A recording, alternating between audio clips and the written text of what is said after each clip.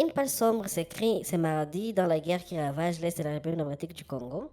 Le colonel Willy Ngoma, figure historique et porte-parole militaire de l'Alliance de forces pour la libération du Congo, est mort aux premières heures de la journée dans une frappe des drones attribués aux forces armées congolaises. L'information initialement circulant sous forme de rumeurs sur les réseaux sociaux a été confirmée par de multiples sources concordantes, dont un haut cadre de la rébellion elle-même, un diplomate régional et conseiller occidental auprès du gouvernement congolais.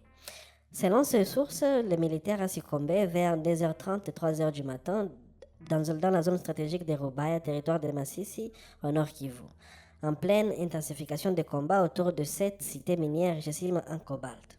Il est décédé dans une frappe de drone à Massissi, a confié à Jeune Afrique, responsable de haut rang de l'AFC M23. Reuters, citant le même cercle, confirme l'attaque ciblée au milieu d'une série de bombardements de drones menés par Kinshasa depuis plusieurs jours. Aucune déclaration officielle n'a encore été publiée par les mouvements rebelles ni par les autorités congolaises, mais les dés semblent déjà s'installer au sein de l'AFC M23.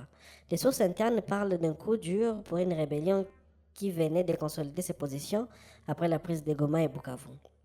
Né en 1974, Willy Ngoma, parfois appelé Jean Willy Ngoma par certains documents, revendiquait une origine congolaise avec des racines possibles au camp Kokolo à Kinshasa ou à Kingi au Rwanda, selon les sources.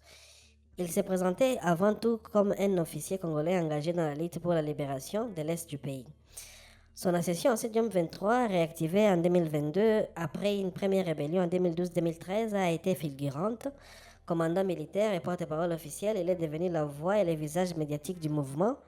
Contrairement à d'autres chefs de rebelles plus discrets, Ngoma multipliait les apparitions vidéo, conférences de presse, improvisées sur terrain, interviews avec les médias internationaux, messages diffusés sur les réseaux sociaux. Son style direct et parfois théâtral lui a valu la notoriété virale en janvier 2025 lors de la bataille de Goma. Une vidéo devenue culte le montre s'adressant à des mercenaires européens engagés par Kinshasa. Don't joke with M23, my bro, quickly, quickly, move, move. Le surnom Quickly, quickly ou Afin de Quickly est resté. Les internautes en ont fait un mime, tandis que les partisans M23 y voyaient la marque d'un leader charismatique et confiant. Même les forces de la SADC ont repris l'expression lors des échanges détendus avec lui sur le terrain. Au-delà de la communication, Ngoma était un cadre opérationnel clé. Il participait à la planification militaire et assurait la liaison entre combattants et sur le terrain et la direction politique. Son rôle lui a valu d'être placé sous sanction internationale depuis février 2024. Le Conseil de sécurité des Nations Unies l'a inscrit sur la liste noire.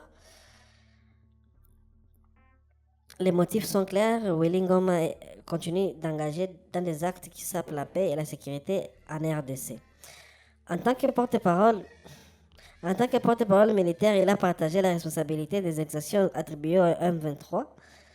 Les exécutions sommaires, recrutement d'enfants soldats, pillage, violences sexuelles, exploitation illégale. L'Union européenne l'avait également sanctionné en 2022 pour Kinshasa et une partie de la communauté internationale. Il incarnait le visage public d'une rébellion soutenue par le Rwanda. Allégation que Kigali dément farouchement, mais des experts de l'ONU documentent depuis des années dans leur rapport. La mort de Willy Ngoma intervient au cœur d'une bataille cruciale pour Rubaya, l'une des plus grandes mines artisanales de coltan au monde. Cette cité produit environ 15% du cobalt mondial, minerai indispensable à la fabrication des smartphones, batteries et composantes électroniques. Contrôler Rubaya, c'est contrôler une manne financière estimée à des dizaines de millions de dollars par mois pour les mouvements rebelles. Depuis plusieurs jours, les FARDC, appuyés par des drones, pilonnent les positions de l'AFC M23 autour de la mine. Les combats ont repris malgré les efforts de médiation. Proposition de cessez-le-feu par l'Angola pour parler à Doha et la médiation qatari.